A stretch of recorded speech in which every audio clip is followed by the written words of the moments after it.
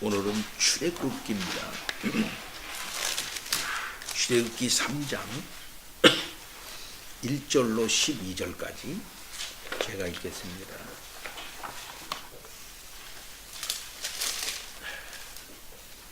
(1절로) 12절까지입니다. 모세가 그의 장인 미디안 제사장 이드로의 양떼를 치더니 그떼를 광야 서쪽으로 인도하여 하나님의 산 호렙의 이름에 여호와의 사자가 떨기나무 가운데로부터 나오는 불꽃 안에서 그에게 나타나시니라. 그가 보니 떨기나무에 불이 붙었으나 그 떨기나무가 사라지지 아니하는지라.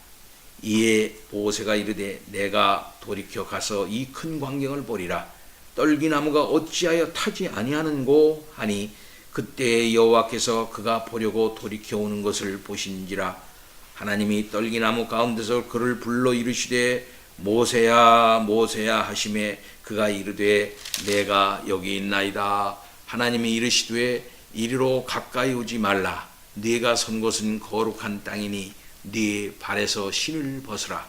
또 이르시되 나는 네 조상의 하나님이니 아브라함의 하나님 이삭의 하나님 야곱의 하나님이니라.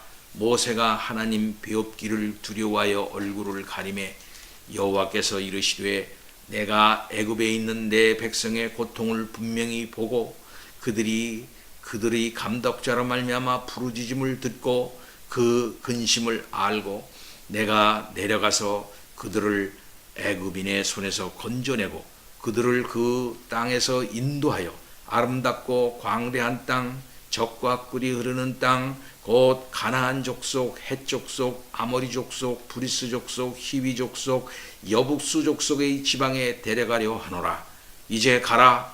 이스라엘 자손의 부르짖음이 네게 달하고 애굽 사람이 그들을 괴롭히는 학대도 네가 보았으니 이제 내가 너를 바로에게 보내어 너에게 내 백성 이스라엘 자손을 애굽에서 인도하여 내게 하리라. 모세가 하나님께 아뢰되 내가 누구이기에 바로에게 가며 이스라엘 자손을 애굽에서 인도하여 내리까. 하나님이 이르시되 내가 반드시 너와 함께 있으리라. 네가 그 백성을 애굽에서 인도하여 낸 후에 너희가 이 산에서 하나님을 섬기리니 이것이 내가 너를 보낸 증거니라. 아멘. 지난번 시간에 이어서 오늘은 모세를 부르신 하나님 두 번째 말씀을 드립니다. 지난번 시간에는 앞부분 2장 마지막 부분에 대해서 강조해서 말을 했습니다.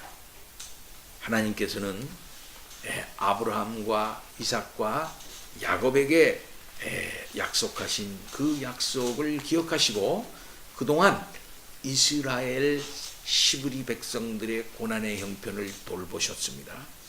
그리고 드디어 그 약속을 이제 실행할 시점을 우리 주님께서 여시고 드디어 모세를 미디안 광야에서 부르시는 우리 하나님이신 것을 이제 볼 수 있습니다. 미디안 광야에서 약 40년간 거하면서 모세는 그 장인 미디안 제사장 이드로의 양떼를 치고 있었습니다.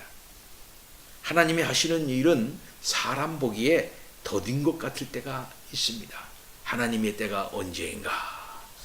하나님 아브라함에 하게 하신 그 약속을 기억하시고 돌보셨고 그 백성을 실행할 일이시면 빨리 하시지 왜 이렇게 더딥니까? 라고 생각할 수가 있겠습니다.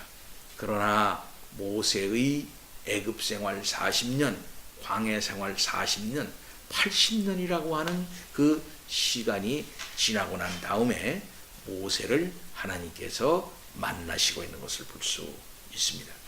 하나님께서는 모세를 들어 쓰시고자 하실 때에 광야 40년간의 삶을 우리 하나님께서는 보시고 40년이 지나도록 하셨던 것입니다. 사람의 생각하기에는 조급한 마음이 들지요.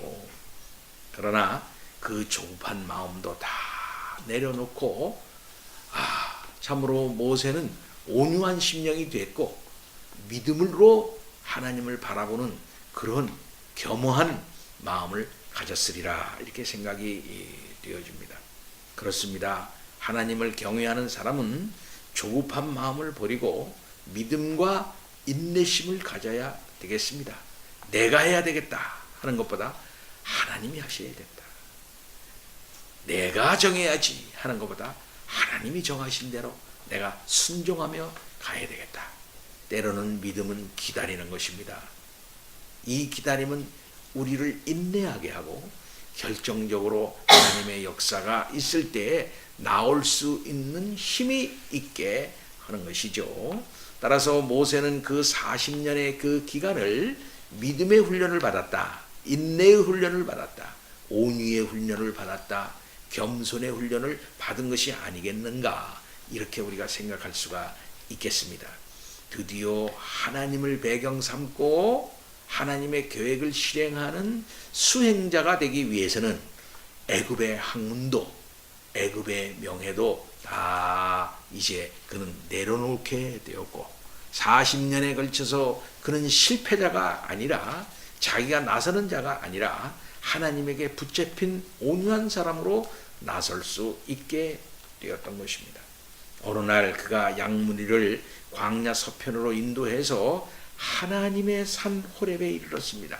하나님의 산이라 그렇게 말하는 거 보면은 이 호렙산이 가지고 있는 신학적 의미를 분명히 말해주고 있다라고 말할 수 있겠습니다.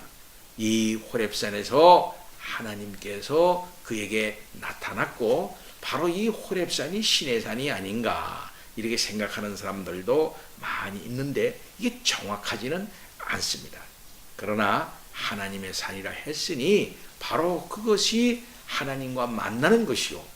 그곳에서 모세는 하나님의 사명을 받고 그 사명을 실행하는 그런 장소가 됐던 것이죠. 근데 이때 여호와의 사자가 떨기나무 불꽃 가운데서 그에게 나타나셨습니다. 보니까 떨기나무가 있는데 불에 타는데 이 떨기나무가 사라지지를 않는 거예요. 참으로 신기한 모습이죠. 불을 이제 나무가 불에 타면 재가 남지 않습니까? 없어지지 않고 계속 불은 타긴 타는데 떨기나무가 그대로 있는 거예요. 이것을 보고 오늘 본문은 이 큰 광경이라 그랬어요. 이 큰 광경은 하나님께서 떨기나무에 나타났기 때문에 그 임재의 아름다운 영광스러운 거룩한 신기한 모습을 보고 큰 광경이라 그렇게 이제 표현하고 있는 것이겠죠. 여호와의 사자는 여호와 하나님 자신과 동일시되고 있습니다. 4절도 그렇고 5절도 그렇고 7절에도 그렇게 나타나고 있는 것을 볼 수 있습니다. 하나님께서는 구약 시대에 천사나 사람의 모습으로 종종 나시긴 하셨죠. 떨기나무라 그랬습니다. 떨기나무. 이 떨기나무는 아마 진달래 나무가 아니겠나 이렇게 생각하는 사람들도 있고요. 무슨 산딸기 나무가 아닌가 이렇게 하는 사람들도 있어요. 그래서 우리 선생이신 어떤 구약학자는 이것을 산딸기 나무로 번역을 했더라고요. 산딸기 나무. 그러나 이것은 아마 검은 딸기 나무 같은 가시나무가 아니겠나 이렇게 생각할 수가 있겠습니다. 하여튼 오늘 본문대로 모세가 보니 이 떨기나무에 불이 붙었는데 가지들이 타서 없어지지 아니했던 것입니다. 그것은 아주 신기한 광경이었습니다. 불이 붙었으나 타서 없어지지 않는 이 떨기나무는 아마 이스라엘 민족을 상징하는 것이 아니겠나 하고 신학자들이 생각하기도 해요. 아무것도 아닌데 불이 타면은 없어져야 되는데 없어지지 않고 그렇게 있는 이 떨기나무의 형상이 곧 히브리 민족 같은 그런 민족의 모습과 같다. 떨기나무가 보잘것없는 평범한 나무이듯이 이스라엘 민족은 보잘것없는 평범한 민족이었던 것입니다. 근데 이스라엘 민족은 불같은 고난을 당하고 있음에도 불구하고 망하지 아니하고 그 형상을 더욱 유지하면서 어쩌면 마지막에는 하나님의 놀라우신 그 영화를, 그 임재하심을 드러내는 떨기나무와 같다라고 말할 수 있어서 신학자들은 바로 이 떨기나무가 곧 이스라엘을 형상하는 것이 아니겠나 이렇게 생각하는 사람들도 많이 있습니다. 그러나 이 떨기나무의 그 형상이 이스라엘이 됐건 누가 됐건 그보다 문제는 뭐냐면 거기에 하나님이 임재하셨다는 거예요. 가서 그 큰 광경을 보리라. 떨기나무가 어찌하여 타지 아니하는고. 그때 여호와께서 그가 이제 자기에게 오는 것을 보려고 돌이켜 오는 것을 하나님이 보셨어요. 근데 하나님께서는 접근하지 말라 이렇게 말씀하셨습니다. 하나님께서는 떨기나무 가운데 그게 임재하신 거예요. 불타는 떨기나무 가운데 하나님이 임재하셔서 거기서 가까이 오지 말라 이거예요. 그러면서 하나님께서 부르시는 겁니다. 모세야, 모세야. 구약 성경에는 2번 부르면은 이거는 그 사람에 대한 진실한 부름으로 부르는 그런 부름입니다. 아담아, 아담아, 사무엘아, 사무엘아. 이렇게 하나님께서는 이제 부르시는 것이지요. 하나님께서는 모든 사람을 아시는 겁니다. 그래서 한 사람 한 사람에게 그 역사적이며 구속사적인 중요한 임무를 맡길 때 사람의 이름을 부르면서 나타나요. 그래서 그를 설득시키고 그를 압도하고 하나님의 영광과 그 위엄 앞에 무릎을 꿇게 그렇게 만든 다음에 사명을 주시고 능력을 주시고 그리고 삶의 현장, 역사의 현장, 사역의 현장으로 내보내시는 우리 하나님 아버지이신 것입니다. 엘리 제사장 때의 성소 안에서 사무엘아, 사무엘아 라고 어린 사무엘을 부르셨죠. 또 우리 주님 핍박하는 바울에게 나타나셨습니다. 사울아, 사울아 이렇게 부르셨어요. 이렇게 하나님께서 부르시는 음성을 들은 모세는 즉시 하나님께 대답을 합니다. 내가 여기 있나이다. 근데 하나님께서 뭐라고 말씀합니다. 가까이 오지 말라. 가까이 오지 말라. 너의 선 곳은 거룩한 땅이니 네 발에서 신을 벗으라. 이렇게 말씀하고 있습니다. 거룩한 땅이래요. 호렙산 그 자체야 거룩한 땅이 아니고요. 하나님이 임재하셨기 때문에 거룩한 곳이 되는 것입니다. 항상 이걸 알아야 돼요. 이 물건 자체가 그냥 거룩한 게 아니에요. 근데 이게 하나님이 쓰시려고 구별했기 때문에 거룩하게 되는 거예요. 어느 산이 거룩한 게 아닙니다. 어느 지역이 거룩한 게 아닙니다. 하나님과 적극적으로 관계를 맺었기 때문에 거룩한 게 되는 거예요. 거기 하나님이 임재하셨기 때문에 거기가 거룩한 땅이 되는 것이고 하나님이 임재하셨기 때문에 거기는 뭐가 되는 것일까요? 하나님을 만나는 것이 되는 것이고 하나님을 섬기는 것이 되는 것이기 때문에 거기에서는 뭐가 되는 것일까요? 사람은 거기에서 완전히 하나님께 이제 그 자기의 모든 것을 다 부정하고 겸손하게 돌아가야 되는 것입니다. 그러니까 거룩한 땅이니까 인간이 가지고 있는 모든 의지하는 거 이런 모든 것을 다 내려놓아야 돼요. 그래서 네 발에서 신을 벗으라 이렇게 말씀하신 것입니다. 곧 흙과 먼지가 묻은 신을 벗으라고 말씀하신 것은 세상적이고 죄악된 생각과 생활 방식을 버리라는 뜻일 수도 있습니다. 하나님을 대면하는 자들은 먼저 자기를 성결케 해야 하는 것이지요. 하나님은 거룩한 분이기 때문에 그 임재 앞에 자기의 옛날 모습을 그대로 가지고 설 수는 없는 것입니다. 하나님이 나타나신 바로 그것은 그렇기 때문에 임재의 장소이고 그것은 곧 하나님이 사람과 교통하는 것이고 만나는 것이에요. 곧 그것은 뭡니까? 그 순간 성전이 되는 것입니다. 곧 이 시간에 바로 그때는 하나님이 성전으로 거기를 설정하고 있는 거예요. 하나님이. 그래서 그곳에서 임재하시고 하나님은 모세와 같이 만나는 것입니다.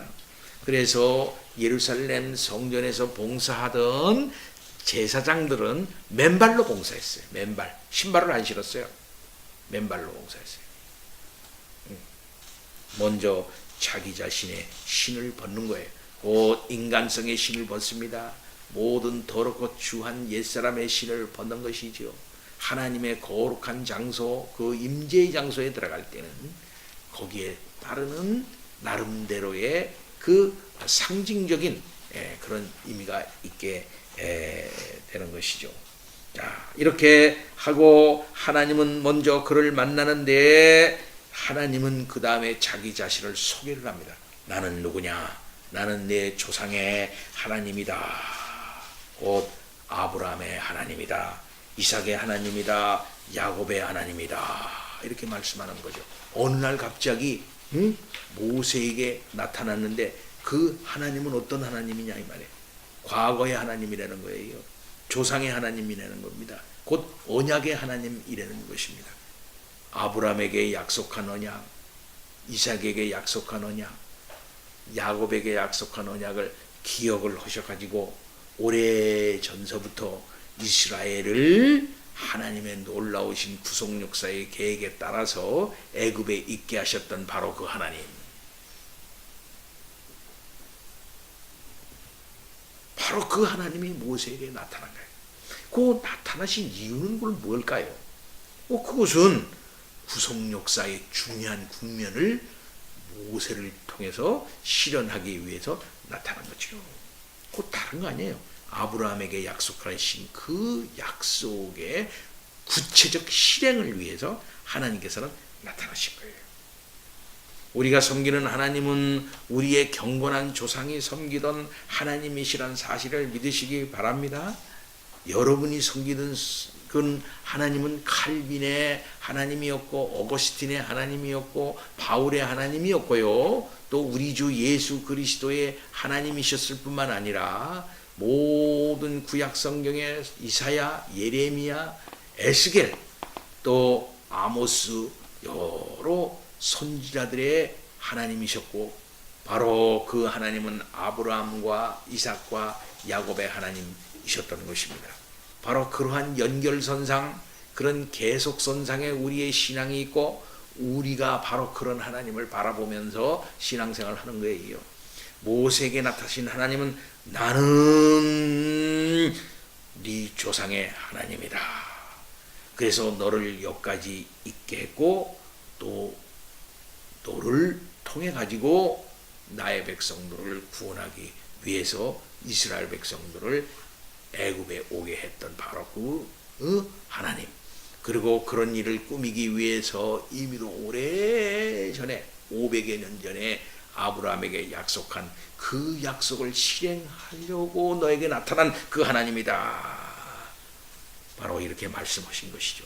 하나님은 계획을 가지시고 그 계획을 잘 실행하시는데 인간의 뜻대로 때에 따라 인간의 방법대로 그렇게 하시는 분이 아니고 하나님의 오래 참으심과 하나님의 역사하심 속에서 때를 기다리시고 그 때가 찰 것을 다 바라보시고 하나님의 방법과 하나님의 겪는 대로 하시는 우리 하나님. 근데 그거 꼭 하는 거예요. 꼭 해. 예, 꼭 해요. 우리의 경건한 열조들에게 언약하셨던 그 언약을 한치도 어긋남 없이 그것을 구체적이면서도 아주 그 역사적으로 우리의 시공간 속에서 다 이루시는 우리 하나님 아버지이신 거예요. 이것을 우리가 잘 알아야겠습니다. 그것을 이루시기 위해서 모세에게 나타나는 겁니다. 그리고 모세에게 말씀하십니다. 하나님께서는 내 백성의 고통을 내가 보고 그 부르짖음을 듣고 내가 다 안다. 그래서 내가 내려온다. 그래서 건져낸다. 이 동사들이 굉장히 중요한 동사들이에요. 내가 봤다. 그의 부르짖음을 들었다. 내가 다 알고 있다. 그래서 무슨 조치를 내라. 내가 내려온다. 여기 내려오셔서 할 때 내려온다는 말은 무슨 말이냐면요, 중요한 말인데, 이 말은 바벨탑을 쌀 때 하나님께서 내려오셨다는 말을 써. 인간의 그 하는 모습을 그냥 놔두지 않고 내려오셔서, 그 내려오는 거 왜 내려왔겠어? 그냥 보고 그냥 가려고 내려온 게 아니에요. 뭐 해결하려고 내려오는 거야. 문제 해결하려고 내려오는 거예요. 내려오신다. 하나님이 내려오신다면은 바벨탑이 다 무너지는 것이죠. 그렇죠? 그러고 나서 아브라함을 일으켜가지고 바벨탑, 인간이 세운 바벨탑이 아니라 하나님 중심적인 하나님의 나라를 세우기 위해서 확실한 대책을 주시기 위해서 내려오시는 하나님 아버지이신 것입니다. 그냥 왔다 가는 하나님 아니에요. 내려오시면 문제가 해결되는 겁니다. 내려오셔서요, 문제를 해결하는데, 그 다음에 뭡니까? 건져낸다, 이게 건져내. 건져내요. 그러면 건져내가지고, 그럼 그 다음 단계 뭐야? 아름다운 땅. 곧 젖과 꿀이 흐르는 땅이네. 왜 젖과 꿀이 흐르는 땅이 됩니까? 왜 아름다운 땅이 됩니까? 뭐, 거기가 우리나라보다 좋아서 아름다운 땅 아니에요. 예? 좋긴 좋아. 응? 그러나 거기도 사막이 있고, 광야가 있고, 가나안에 기후가 뭐 좋은 데다가 있고 나쁜 데가 있고 그래요. 그 요단강이 아무리 좋아도 한강보다 안 좋아요. 응? 근데 뭐 그게 아름다운 땅이에요? 왜 아름다운 땅이 될까요? 왜 젖과 꿀이 흐르는 땅이 될까요? 하나님의 은혜의 강수가 흐르기 때문입니다. 하나님의 아름다운 언약의 실현이 되는 곳이기 때문에 아름다운 곳입니다. 하나님이 그들 가운데 임마누엘 하셔서 그 놀라운 은혜를 베풀어 주시니까 젖이 흐르고 꿀이 흐르는 땅이라고 말하는 것이에요. 예, 그러한 땅에 원래 있었던 자들, 가나안 족속, 헷 족속, 아모리 족속, 브리스 족속, 히위 족속, 여부수 쪽이 미리 거기서 살고 있었지만은 아예 그 사람들은 거기서 임시로 사는 사람들이다.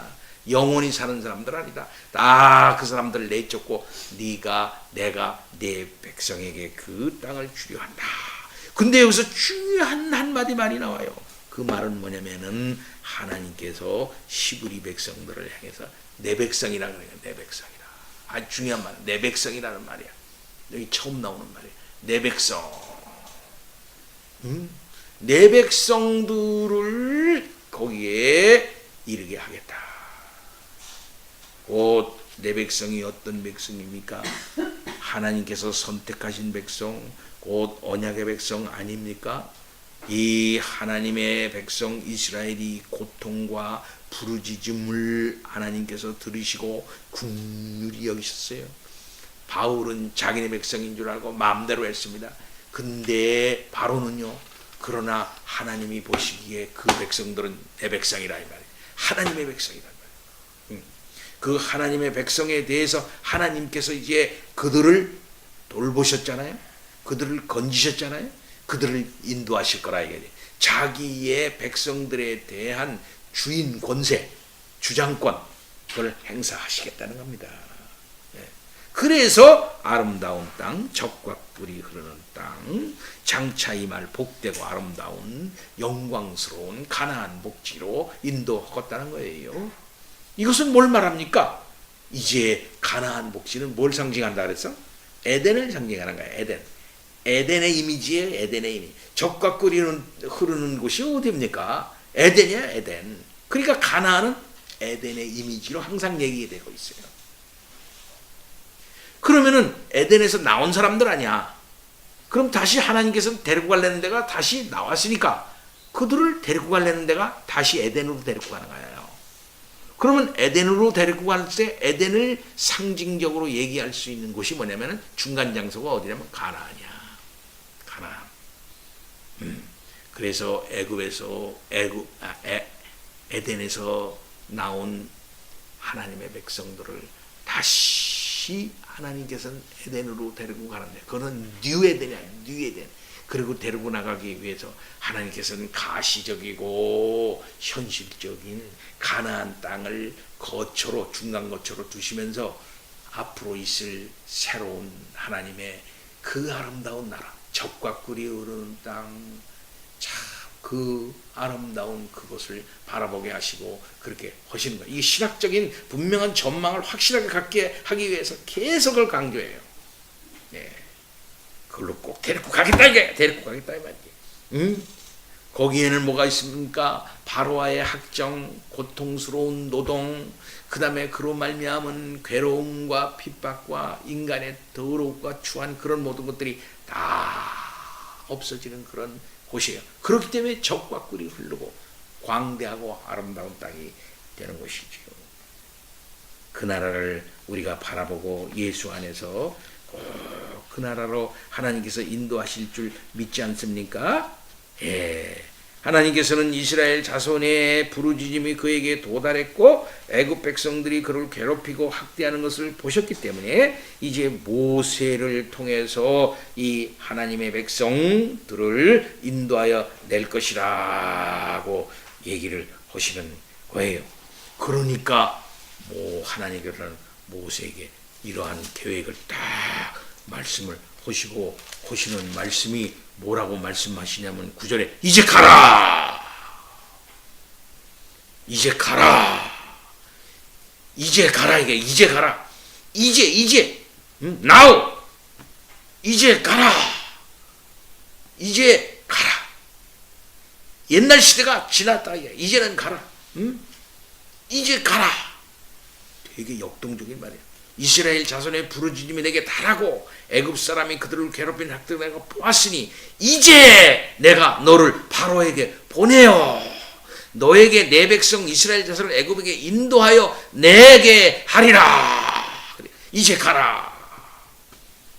너에게 너에게 이렇게 분명하게 말씀하셨어요. 네가 가라 이 말이야. 우리가 모세가 뭐라고 말인가 하는 말이 내가 누구이기에 바로에게 가며 이스라엘 자손을 애굽에서 인도하여 내리까. 하기야 이 엄청난 일을 이 엄청난 일을 인간 모세가 할 수가 없죠. 옛날에 40년 전에 말이죠. 바로 자기가 나섰지 않습니까? 이게 내가 해봐야 되겠다. 이렇게 욱 하고 나섰지만은 하나님의 엄청난 계획과 구속역사적 실현을 바라보면서 그가 나섰던 건 아니거든. 그가 나섰던 건. 근데 이제 실패자로서 또 광야에서의 40년을 통해 가지고 그가 영적으로 겸손한 자가 되었고 또 하나님의 이런 엄청난 구속역사의 계획을 딱 듣고 보니까 자기가 할 일이라는 거는 그거는 감당 못할 거예요. 그 어떻게 감당해 그 일을? 무지무지한 그 일을 자기가 못해. 바로도 내 말 안 들 거고 이스라엘도 내 말을 안 들 건데 내가 뭔데 그걸 감당?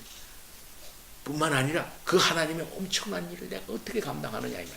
바로가 무서워서 못 가는 거 아니에요. 이스라엘 사람들이 자기를 못 받아들여서 못 가는 거 아니에요. 지금 하나님의 그 엄청난 일을 내가 어떻게 하느냐는 거지. 어떻게 하는 거지.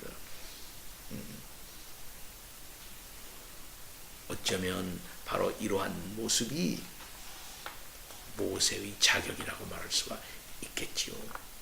그러나 하나님께서는 모세에게 분명히 말을 합니다. 뭐라고 말씀합니까? 내가 반드시 너와 함께 있으리라. 네가 그 백성을 애굽에서 인도하여 낸 후에 그랬어요. 내가 너와 함께 있으리라. 내가 너와 임마누엘 하겠다는 거예요. 임마누엘 하겠고 이 임마누엘의 놀라운 은혜 이것이 문제를 해결하는 것입니다. 네가 네 혼자 가는 게 아니다. 내가 함께 가는 거다. 어쩌면은 네가 가는 게 아니라 내가 가는 거다. 내가 가는 거다. 내가 무슨 맨날 불꽃 가운데 이렇게 나타나가지고 형상 없이 나타나냐? 나는 너를 사용하는 것 뿐이고 너는 나의 막대기와 같은 자다. 나는 너를 택하여 이 일을 이루겠다. 내가 가라. 내가 너와 함께 하겠다라고 말씀하는 것입니다. 사랑하는 성도 여러분, 이 엄청난 일, 이 일은 하나님이 하시는 일이에요. 하나님이 함께 하시는 이 아름다운 임마누엘의 역사를 통해서 그의 권능이 드러나고 그의 놀라우신 이 영광이 드러나는데 이것은 모세를 그들 앞에 하나님의 사람으로 확실하게 세우는 이 역사를 통해서 이 일이 이루어지는 것 아니겠습니까? 우리 주 예수 그리스도가 한 30년 동안 왔다가 한 3년 동안 공생애 하고 이렇게 해서 그렇게 되는 겁니까? 우리 하나님의 임마누엘, 예수 그리스도 그 자체가 성육신하신 임마누엘이라 이 말이에요.